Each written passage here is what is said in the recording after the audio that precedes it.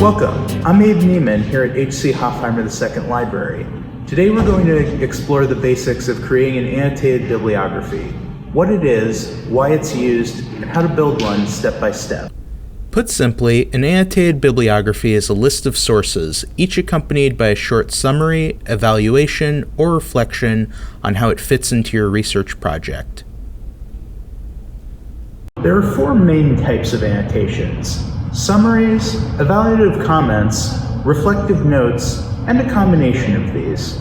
For each source, you'll include a citation, followed by an annotation that summarizes, evaluates, reflects on, or combines these approaches to discuss the value of the source. When creating an annotated bibliography, it's important to select credible sources, format them properly, and write annotations that are clear and meaningful. First, you'll choose sources that are relevant and credible. Then, format your citations using the required style, whether it's MLA, APA, or Chicago. Finally, craft annotations that capture the main points, reliability, and value of each source.